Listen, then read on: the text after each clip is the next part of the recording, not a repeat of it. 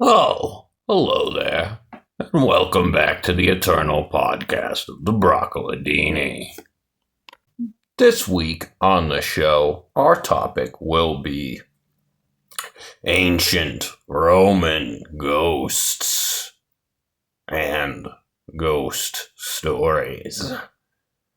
And in the course of this topic, we will discuss Lemures, Manes, and Umbres, Pliny the Younger, ghost dreams, the Phantom Fleet of Actium, weird ancient Roman holidays, and fog. And with all that scary ancient Roman shit going, we should probably prepare to piss ourselves. And jump right in.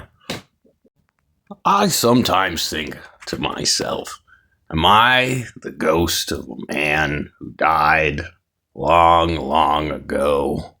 Well, in ancient Rome, this was a possibility, as the ancient Romans believed firmly in ghosts.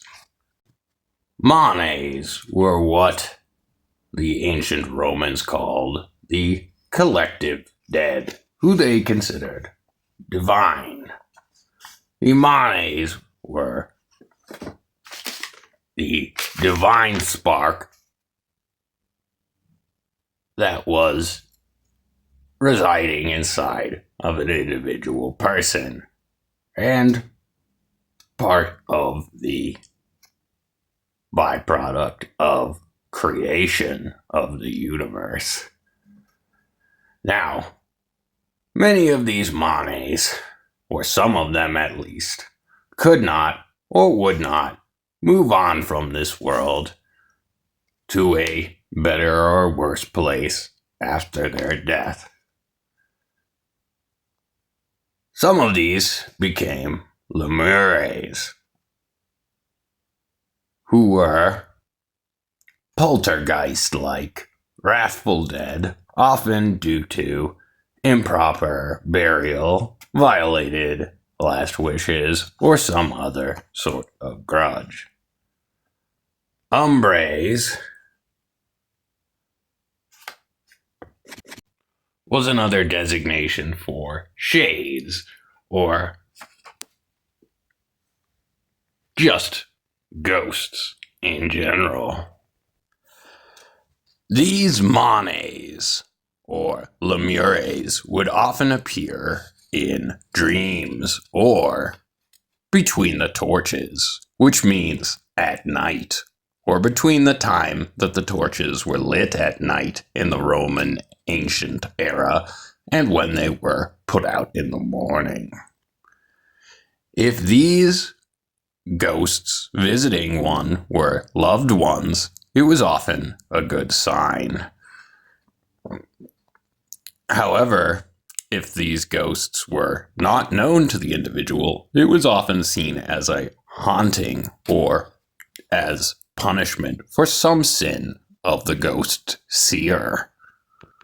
One of the most well-known ancient Roman ghost stories is related to us by Pliny the Younger, whose father, Pliny the Elder, also had written many books before seeing a plume of smoke on the horizon and deciding to sail towards it and check out what was going on.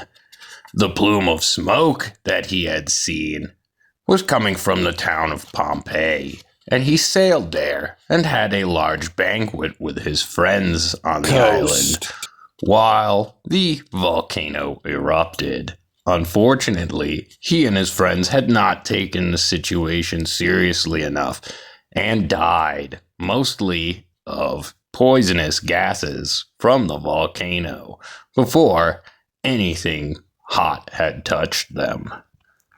His son, however, had decided not to go that day and said, "Yeah, Dad, you go check out the billowing, smoky, flaming thing on the horizon. I'm just gonna stay in today and do some me stuff." And Pliny the Younger lived on to tell us this ghost story. So, there was a grand house in Athens, according to Pliny the Younger, and no one would live in it or rent it because it was haunted, despite the fact that it was a big ol' honkin' beautiful house. Athenodorus, the philosopher, came to town and, not believing in ghosts, rented the big old house for a very, very modest price. He was sitting writing in his chambers, and after the noise of the town ceased and the night thickened, he began to hear the rattling of chains. After which a elderly man ghost covered in chains appeared to him and sort of shook around and made noise.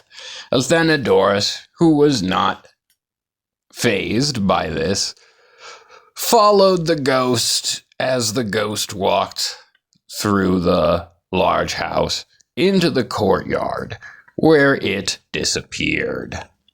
The next day, Athenodorus had the city magistrate dig up the courtyard, where they found the skeleton of a man who was chained. They gave it a proper burial, and supposedly the house was never haunted again.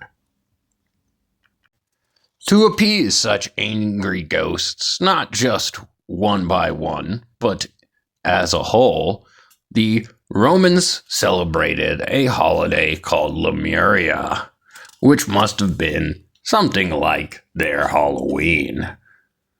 This would be celebrated May 9th through 14th, roughly. And it would be celebrated mostly through the throwing of black beans into the street and the banging of bronze pots, which was said to somehow appease or chase away the ghosts. Some said that this holiday Lemuria came from an earlier holiday called Remuria, in which Remus's ghost, the ghost of Remus, slain by his brother Romulus in the foundation of Rome's mythology, was appeased through the throwing of black beans and banging of bronze pots. And who doesn't love to bang bronze pots together while throwing black beans into the street? This is a surefire way to show your neighbor your contempt.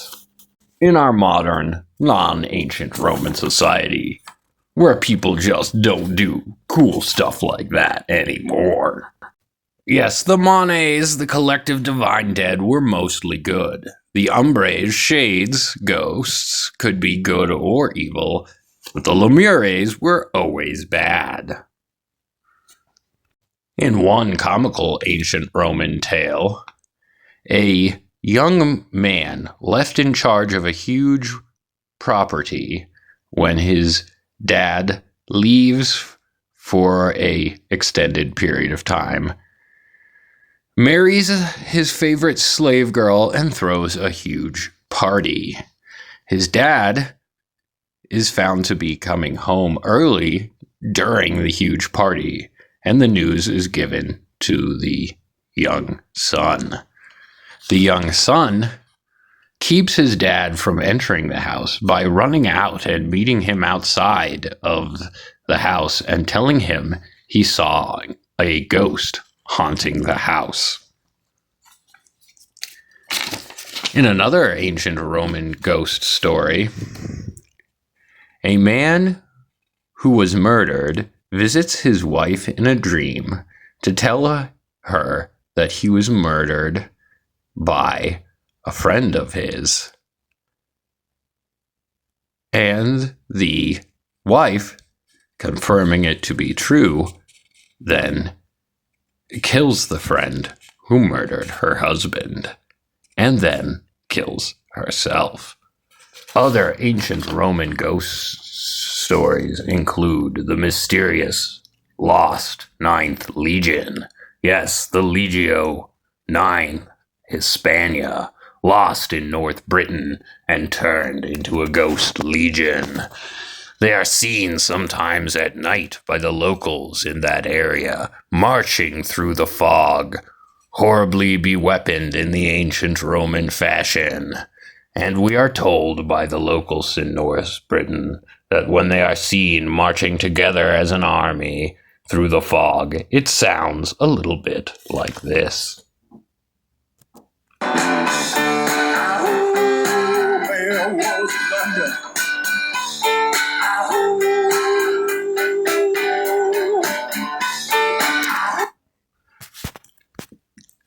And in the same region of North Britain, the ghosts of Hadrian's Wall are sometimes seen upon the wall by the locals of North Britain, standing in their armor with their spears and freaking out all of the modern normies.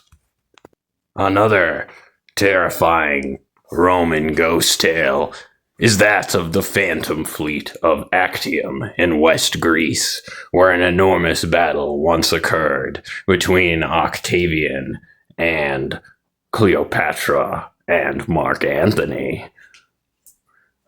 This battle destroyed Mark Antony and Cleopatra's dreams of ruling the Roman Imperium together, and destroyed a great deal of lives. Sometimes the locals in West Greece claim to see Mark Antony alone on his ship, sullenly and sternly face downwards with his sword in his hand, or Cleopatra on her purple-sailed ship, sailing off sadly and solemnly into the night as she flees the battle.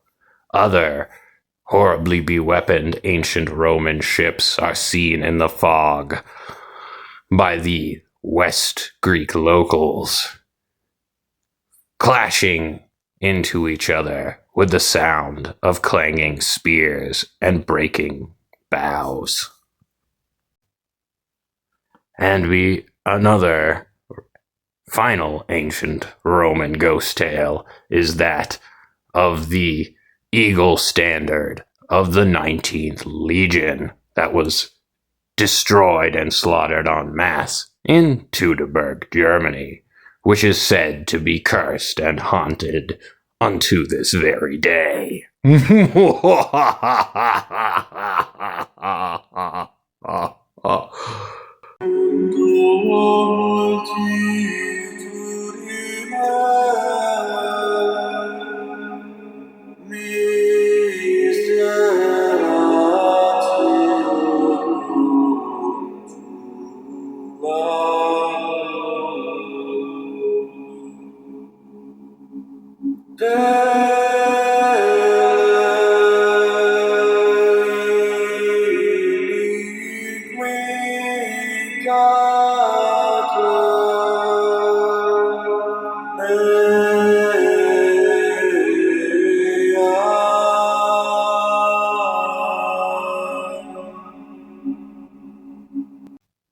Oh, hello there, and thank you for listening to the Eternal Podcast of the Broccoladini.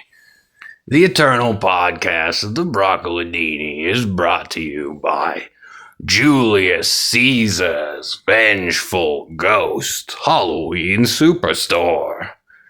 Julius Caesar's Vengeful Ghost Halloween Superstores come in March, because we close on the 15th.